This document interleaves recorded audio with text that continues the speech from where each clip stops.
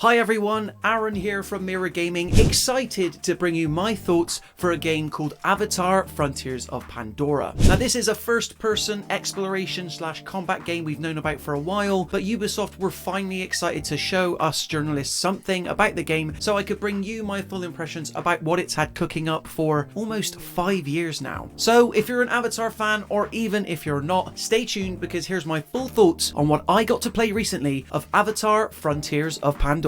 Cards on the table. I'm not someone you would typically call an Avatar guy. I like the original 2009 movie just fine, but failed to see what was so stirring about its rather rote story of good versus evil outside of the great visual effects and its pioneering use of 3D. Humans are bad and shouldn't colonize native lands, even interplanetary ones? Who knew? That said, ever since Ubisoft announced it was making a game set within James Cameron's universe back in 2017, I've been curious to learn how the planet of Pandora would work as a video game world. I'm pleased to report that after spending 2.5 hours with Avatar Frontiers of Pandora at a recent preview event, extremely well, actually. Set somewhere between the events of the first movie and Avatar The Way of Water, this interquel sets you in the role of your own custom-created Na'vi orphan, initially raised by the menacing RDA before the time comes for you to escape and then reconnect with the local tribes. For my demo, I was warped roughly 20% of the way into Avatar Frontier of Pandora's campaign, giving me good cause to explore some of the wider areas found outside of the initial tutorial section, as well as totally new locations not depicted in any of the films. The first thing that hit me while playing was just how stunningly beautiful this version of Pandora actually is. In terms of pure fidelity and otherworldliness, the team at Ubisoft Massive have absolutely nailed it. Whether it's the way the light of Pandora's alien sun shines through the paper-thin green leaves as I explored, or how certain plant life will react and change depending on my own movements near them. This is unabashedly the world born from James Cameron's mind, made into a video game. Granted, I was playing it on a top-end PC at the highest settings, but I could also see why this game is also only coming to PS5 and Xbox Series X consoles. The sights only got more breathtaking in one of the handful of main missions I was able to play, where I was required to ascend sky high up to the Banshee Rookery in search of my own Ikran. An essential sequence in the first movie, much like Jake Sully's own journey, I had to chase one of these winged beasts all the way up to the top of the highest treetop, hoping it would accept me and choose me as its own. While the mission was mostly very scripted, I didn't have a choice of which Ikran to select, I could only pick its name from a pre-existing list of options. It was still wildly evocative. Holding the right trigger to raise my hand and approach the creature gingerly, the choral music building in the background, the mission capped off with me leaping off the edge and gaining the ability to fly. Ground traversal via mount will exist in Avatar Frontiers of Pandora, but it wasn't available in my demo. Luckily, I never needed it because wandering around on foot always saw me bump into a new form of nature or wildlife to see, and from that point onwards, I could call my Ikran from nearly anywhere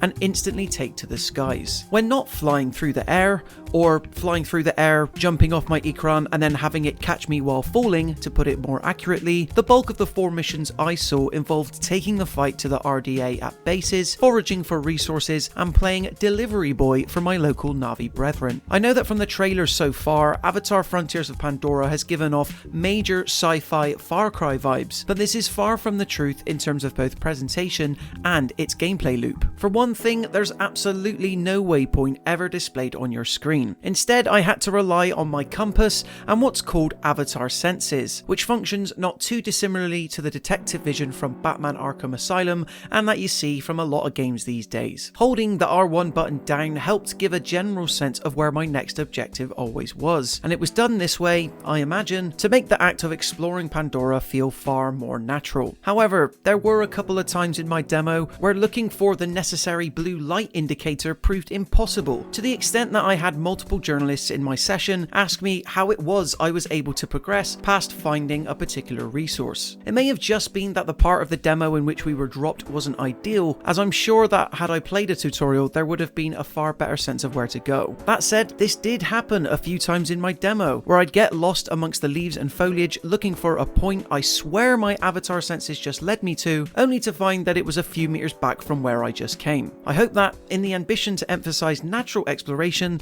there aren't too many instances of getting lost present in the final game. And then finally, at least from what I played in my demo, combat in Avatar Frontiers of Pandora seems like a far more straightforward affair. Ranged weapons appear to be far more useful than, say, the need to stealth, but I was only able to try out a couple of bows, one of which I was able to craft using gathered resources, a sling spear that could throw out projectiles, and a traditional machine gun. Encounters didn't pop up all that often though, unless I was specifically required to take down an RDA base. Instead, the stress is very much more on hunting wildlife the most efficient way possible so as to not spoil the meat or hide. In keeping with the films, it's all out of respect for Awa, the sentient all-mother of Pandora. So far then, Avatar Frontiers of Pandora seems like an extremely faithful interpretation of the world it's set in, both in terms of visuals and presentation, yes, but also general atmosphere and approach too. Stepping into the role of a Navi felt totally natural for the 2 or so hours I was able to, especially during the Ikran portion, even if there were a few niggles with regards to how exploration works that I wish I would have been made clearer on. That said, what I got to play looked stunning and was extremely polished, sure to please a lot of Avatar and non-Avatar fans alike when it releases. So there you have it guys, in terms of my full thoughts on the 2.5 hours I got to play roughly of Avatar Frontiers of Pandora. Like I said, so far it's mostly good stuff. The world is beautiful, the combat is perfectly fine,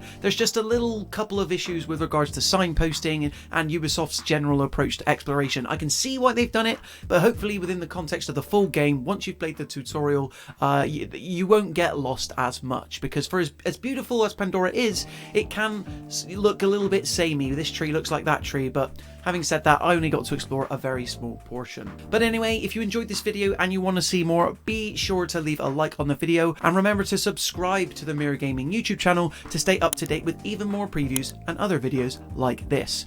Do you plan on picking up Avatar Frontiers of Pandora when it releases on December 7th? Let me know in the comments section below. Until next time, thank you so much for watching and I'll see you in the next one.